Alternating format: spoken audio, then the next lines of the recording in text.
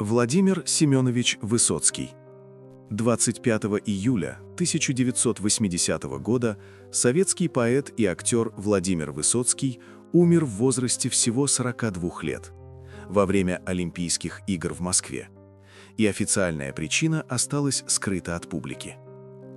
Владимир Семенович Высоцкий родился 25 января 1938 года в Москве и стал культовой фигурой – актер, поэт, автор песен. Его концерты и записи распространялись самиздатом, а песни отражали дух эпохи. Но последние годы жизни были тяжелыми. Он боролся с алкоголем и зависимостью от сильных препаратов, пережил клиническую смерть еще в 1979 во время гастролей в Средней Азии. Высоцкий умер 25 июля 1980 года в собственной квартире в Москве. Официально сообщалось о сердечной недостаточности, однако вскрытие тела не проводилось по настоянию родственников. Информацию о его смерти почти не печатали из-за проходившей Олимпиады, и короткое сообщение появилось лишь в несколько изданий. Тем не менее, уже к вечеру о трагедии узнали миллионы. 28 июля люди заполнили театр на Таганке, чтобы проститься с артистом. Ирония судьбы. Человек, чьи стихи и песни давали голос целому поколению, ушел в тишине своей квартиры, а миллионы людей узнали о его смерти не из газет, а из уст друг друга. Игорь Владимирович Тальков. 6 октября 1991 года советский и российский рок-музыкант Игорь Тальков был убит выстрелом за кулисами концерта во Дворце спорта «Юбилейный» в Ленинграде. Одно из самых громких убийств в истории отечественного шоу-бизнеса. Игорь Владимирович Тальков родился 4 ноября 1956 года в деревне Грицовка Щегинского района Тульской области. Он стал известен как певец, автор песен, актер и общественный артист. Тальков выступал на концертах по всей стране. В начале октября 1991 он приехал на сборный концерт эстрадных исполнителей во Дворец спорта «Юбилейный» в Ленинграде. Перед выступлением возник конфликт между командами артистов из-за очередности выхода на сцену. В спор втянулись охранник певицы Азизы Игорь Малахов и концертный директор Талькова Валерий Шляфман. В коридоре за кулисами произошла потасовка. Малахов был вооружен револьвером, и в ходе столкновения Шляфман выхватил оружие и выстрелил, попав Игорю Талькову в тело, отчего тот скончался на месте. Артисту было 34 года на момент смерти. Его похороны 9 октября 1991 года стали массовым событием, а он сам был похоронен на Ваганьковском кладбище в Москве. Расследование длилось десятилетиями и неоднократно приостанавливалось. В 2018 году оно было возобновлено, и в апреле 2025 года Петроградский районный суд Санкт-Петербурга заочно признал Валерия Шляфмана виновным в убийстве Талькова и назначил ему 13 лет лишения свободы. Смерть Игоря Талькова стала не только трагедией для его семьи и поклонников, но и символом времени – конца СССР, когда конфликты на сцене и за ее кулисами оборачивались настоящей драмой. Эдуард Анатольевич Хиль. Этот советский певец умер в 2012 году, но стал всемирно известен через 34 года после записи одного выступления, став интернет-мемом. Эдуард Анатольевич Хиль родился 4 сентября 1934 года в Смоленске, в семье механика и бухгалтера. Он учился в Ленинградской консерватории и с 1960-х стал одним из ведущих советских эстрадных певцов-баритонов. В 1974 году ему присвоили звание «Народный артист РСФСР», высшая награда для артистов страны. В 1966 году Хиль записал вокальные исполнения песни «Я очень рад, ведь я, наконец, возвращаюсь домой». Там он поет без слов, только голосовые звуки, что было частью музыкальной стилистики того времени. Никто не заподозрил тогда, что эта запись переживет эпоху винила и телевидения, и вдруг окажется на YouTube. В 2010 году оригинальное видео появилось в сети и вскоре собрало миллионы просмотров по всему миру, а Хиля прозвали «Мистер Тралало» из-за характерного звукового тралало в исполнении. Он не стал мировой интернет-звездой во время жизни, но спустя десятилетия его выступление стало культурным феноменом, примером того, как история и цифровая эпоха могут переплестись самым неожиданным образом. Андрей Александрович Миронов. В разгар карьеры на гастролях в Риге он внезапно потерял сознание. Никто не знал, что это станет концом знаменитого актера СССР. Андрей Александрович Миронов родился 7 марта 1941 года в Москве в семье известных эстрадных артистов Марии Мироновой и Александра Минакера. Еще в школе он мечтал о сцене и поступил в театральное училище имени Щукина, которое закончил в 1962 году. С 1962 он стал актером Московского театра сатиры и остался там до конца жизни. На экране Миронов стал суперпопулярным благодаря ролям в культовых фильмах «Берегись автомобиля» 1966 год, «Бриллиантовая рука» 1968 год, а также в комедиях и сатирических картинах режиссеров вроде Леонида Гайдая и Эльдара Рязанова. В 1980 году ему присвоили звание «Народный артист РСФСР», одна из высших наград актерской профессии в СССР. Он дважды был женат, первым браком с актрисой Екатериной Градовой, во втором браке с Ларисой Голубкиной, и у него осталась дочь Мария Миронова, которая тоже стала актрисой. Летом 1987 года Миронов выступал с театром на гастролях в Риге. Во время спектакля «Сумасшедший день» или «Женитьба Фигаро» он потерял сознание. Врачи диагностировали массивное кровоизлияние в мозг из-за врожденной аневризмы сосудов. Андрей Миронов умер 16 августа 1987 года в возрасте 46 лет. Он ушел слишком рано, но оставил в культурной истории СССР образы, которые до сих пор узнают миллионы зрителей. Юрий Алексеевич Гагарин.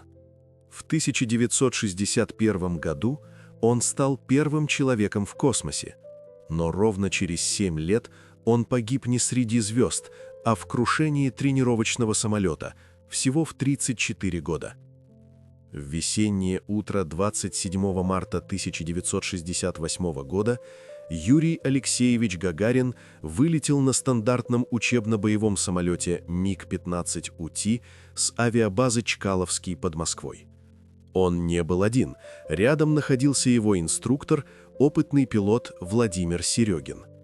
Это был обычный тренировочный полет, обязательный для подтверждения навыков.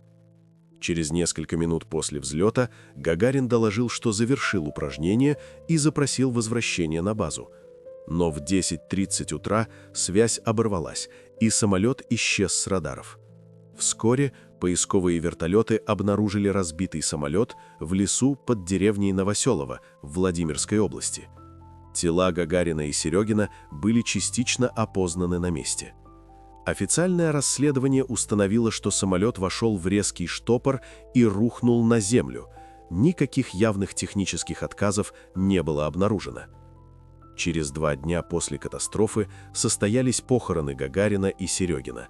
Их прах с воинскими почестями захоронен у Кремлевской стены в Москве. Несмотря на официальные выводы, детали той катастрофы до сих пор обсуждаются историками. Одни версии говорят о попытке уйти от постороннего объекта, другие — о погодных условиях и турбулентности. Но ясно одно — герой космоса погиб в обычном небе, на Земле. Гагарин был первым человеком в истории, совершившим орбитальный полет 12 апреля 1961 года, и именно этот подвиг сделал его трагическую гибель еще более шокирующей. Сергей Сергеевич Прокофьев. В самый разгар Холодной войны один из величайших композиторов XX века умер почти незамеченным. Его музыка знала весь мир, а его имя забыто. Это история Сергея Прокофьева. Сергей Сергеевич Прокофьев родился в 1891 году в Санцовке, ныне Украина. Уже в детстве поразил поразительный музыкальный талант. В 1918 году, после революции, он уехал в США и Европу, где его работы, балеты «Ромео и Джульетта», симфонии и оперы снискали славу.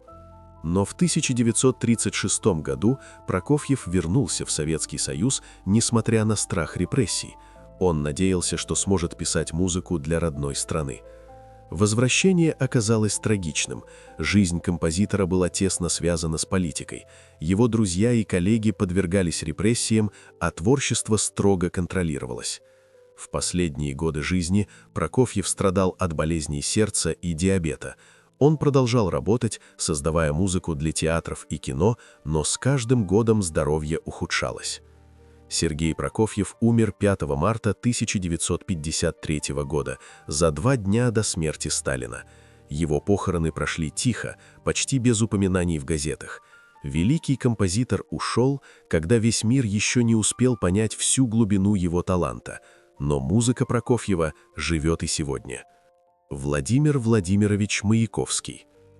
Владимир Маяковский, один из самых известных поэтов России, ушел из жизни в возрасте 36 лет, в день, когда весь Советский Союз слушал его стихи, но никто не ожидал трагедии. 14 апреля 1930 года Маяковский покончил с собой в своей квартире на Лубянке в Москве. Он оставил прощальное письмо, адресованное друзьям и семье, где писал о внутренней пустоте и невозможности продолжать жить. Маяковский родился 19 июля 1893 года в Багдаде, Тифлисской губернии, ныне Грузия. Он стал символом футуризма и революции, его стихи восхищали и провоцировали публику, а его голос звучал с трибун и страниц газет. Но несмотря на успех и популярность, личная жизнь поэта была трагична. Его любовь к Лили Брик была сложной и болезненной. Конфликты, творческое давление и психологическая усталость накапливались годами. Друзья вспоминали, Владимир всегда искал счастья, но не мог его найти. Его тело нашли вечером, поэт скончался в собственной квартире. Газеты сообщили о смерти как о трагическом событии, а советская общественность потрясена. Трагедия Маяковского – не только смерть поэта. Это напоминание о том, что талантливые люди могут быть одиноки и ранимы. Даже голос целой эпохи не всегда спасает от внутренней боли. Софья Львовна Перовская. Она была первой женщиной в истории России, которая руководила убийством императора. Но за это ей пришлось заплатить самой высокой ценой. Софья Перовская родилась в 1853 году в дворянской семье в Петербурге. Выросла в интеллигентной среде, получила образование и рано увлеклась идеями революции.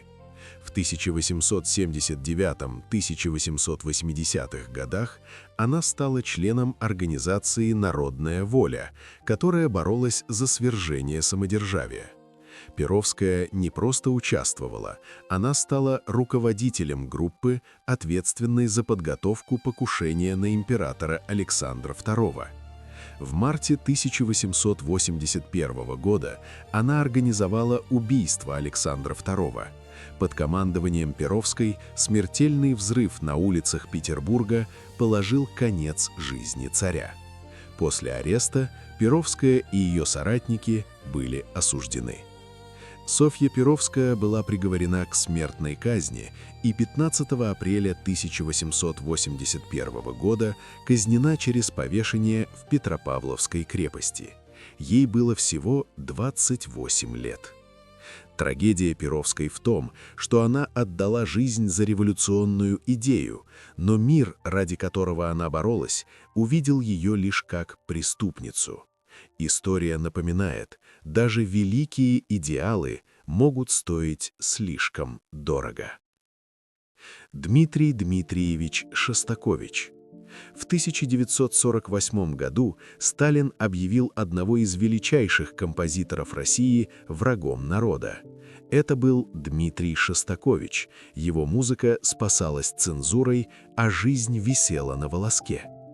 Дмитрий Шостакович родился в 1906 году в Санкт-Петербурге.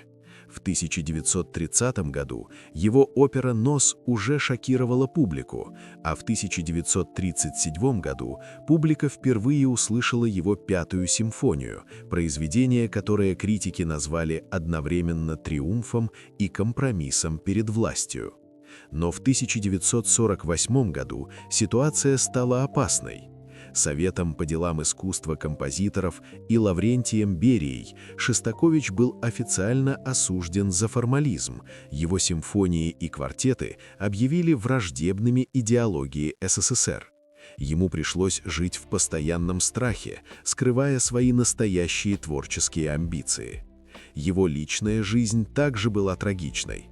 В 1937 году умерла его первая жена, Нина Варламова, и хотя Шостакович снова женился, пережитые потери и давление государства оставили глубокий след. В творчестве он скрывал протест и боль, шифруя послания через музыку. Симфонии 7 и 13 веками позже воспринимаются как хроники человеческой трагедии и сопротивления. Шостакович пережил сталинские репрессии, болезни и личные потери, но умер в 1975 году в Ленинграде, оставив после себя наследие, которое до сих пор вдохновляет мир. Его трагедия – это история человека, который выжил вопреки власти, страху и смерти, превратив личное страдание в бессмертную музыку. Олег Иванович Янковский. Олег Иванович Янковский родился 23 февраля 1944 года в городе Джесказган, Казахская ССР. Его семья оказалась там после репрессий отца, штабс-капитана, арестованного и умершего в лагерях ГУЛАГа. После смерти Сталина семья вернулась на Запад, в Саратов. Олег окончил Саратовское театральное училище в 1965 году и вскоре дебютировал в кино. 1968 год фильмами «Щит и меч» и «Служили два товарища». С 1975 года он стал ведущим актером Московского ленкома. Янковский блистал и на экране, и на сцене. За роль в фильме «Полеты во сне и наяву» он получил Государственную премию СССР в 1987 году. В 1991 году он стал народным артистом СССР, одним из последних, кому присвоили это звание. С 1993 года он возглавлял кинофестиваль «Кинотавр» в Сочи. За свою карьеру сыграл более чем в 70 фильмах, от классических драм до исторических эпосов. Последнюю роль он сыграл в фильме «Царь», который был показан на Каннском кинофестивале 17 мая 2009 года, всего за 3 дня до его смерти. 20 мая 2009 года Олег Янковский умер от рака поджелудочной железы в Москве в возрасте 65 лет. Он прошел путь от ребенка в семье репрессированных до одного из самых почитаемых артистов XX века. Память о нем живет в театре и на экране.